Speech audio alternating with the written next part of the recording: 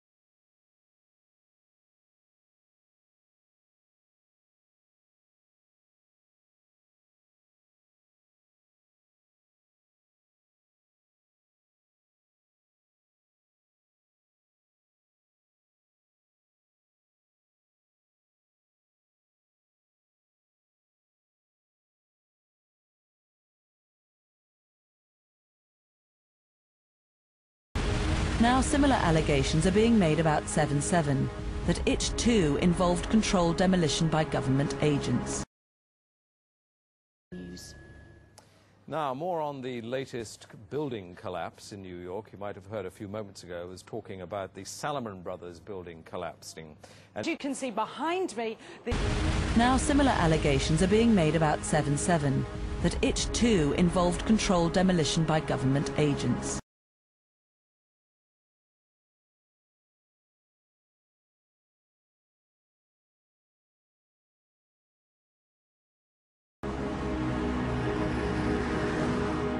At 9:47 in Tavistock Square, a number 30 bus was torn to pieces by an explosion.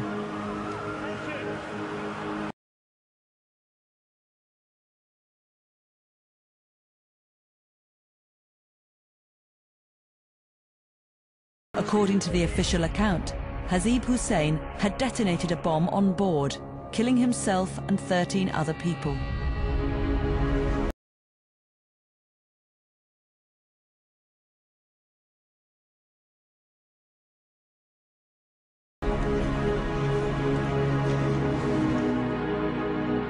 But if that's true, why was there a controlled demolition van next to the bus?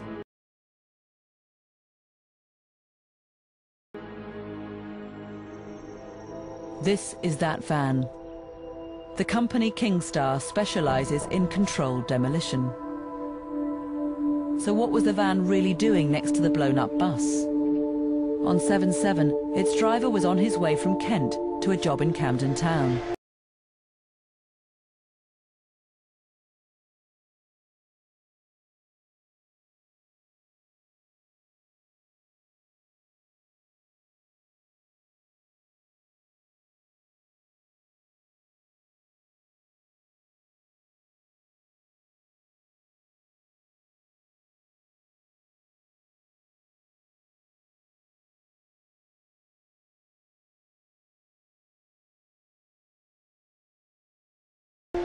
His route took him through Tavistock Square. When the explosion happened, the back of the doors got caved in.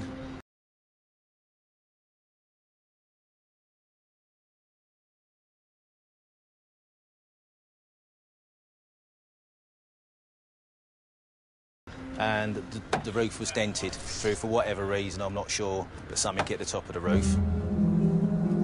To skeptics, the presence of controlled demolition specialists at the scene of a suspicious explosion cannot be a coincidence.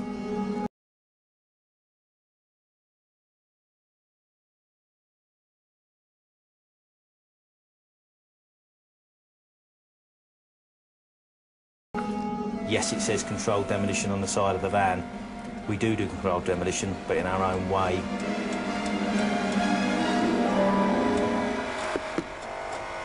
Not with explosives, with diamond tip bits.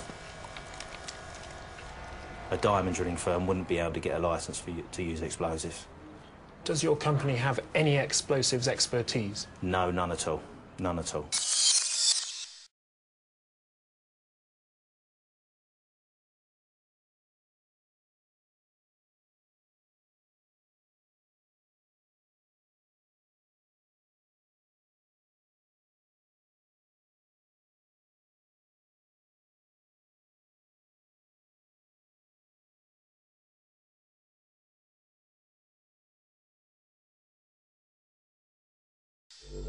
But why did the bus have the words "outright terror, bold and brilliant" on its side?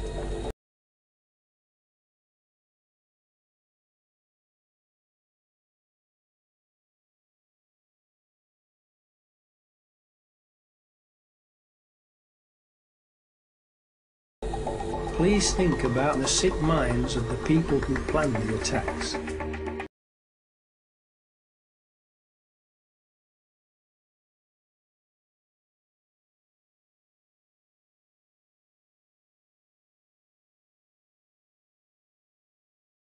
In reality, the words were part of an advert for a film called The Descent. The devastated number 30 bus was just one of 890 buses carrying the poster in London that day.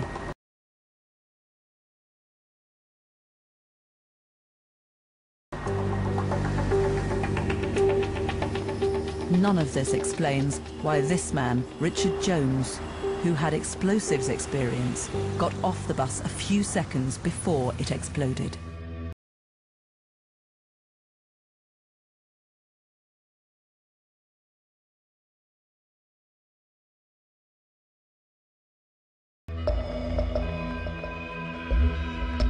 It was deafening.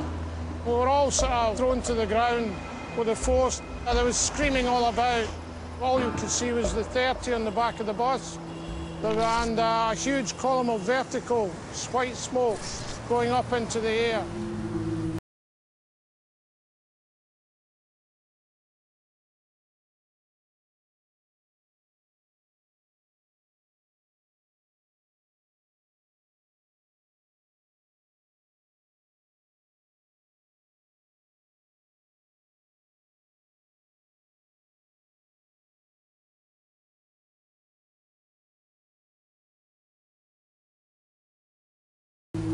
To 7/7 ripple effect, it's credible Richard might have left the bomb behind when he got off.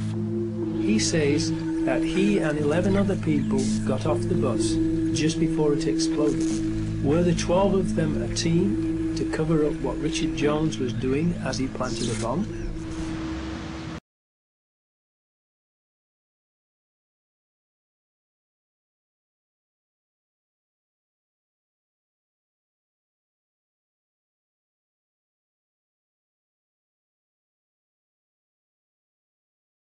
The most serious allegation made by conspiracy theorists is that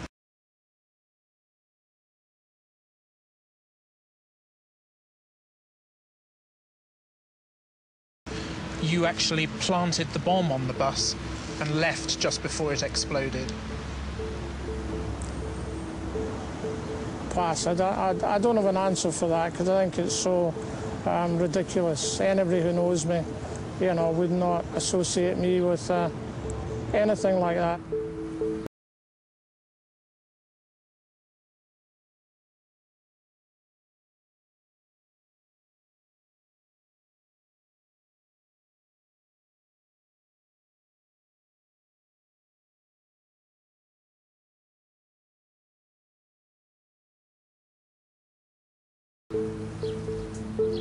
But what about his explosives experience? Yes, I did work in an explosives factory. I served my apprenticeship there for 5 years from 1960 to 65 as an electrician. Yes, I've walked past places where they're making nitroglycerine, cordite, black powder, But I'm not a chemist. I don't understand chemistry. How had Richard become the focus of this conspiracy theory? It turns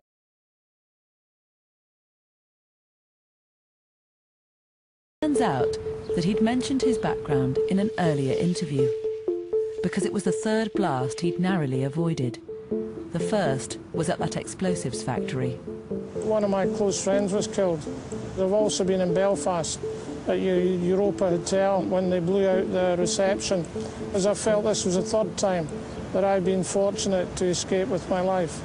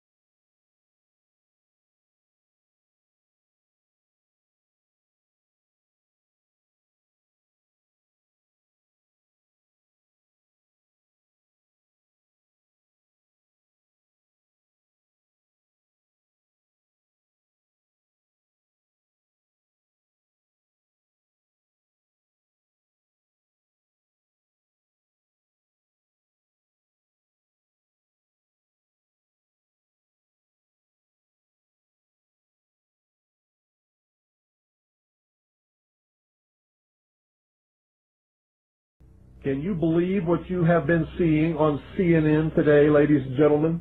Can you believe it? Supposedly, a CNN reporter found Osama bin Laden, took a television camera crew with him, went into Osama bin Laden's hideout, interviewed him and his top leadership, his top lieutenants and colonels and generals in their hideout. This is a CNN reporter with a camera crew. And he came out and told everybody, within 3 weeks, Osama bin Laden is going to attack the United States and Israel. Now, don't you think that's kind of strange, folks? You see, because the largest intelligence apparatus in the world, with the biggest budget in the history of the world, has been looking for Osama bin Laden for years and years and years, and can't find him. A reporter from CNN and his little camera crew got in to Osama bin Laden's secret hideout and conducted an interview. If you don't believe me, tune into CNN. They're probably running it right now as I'm speaking.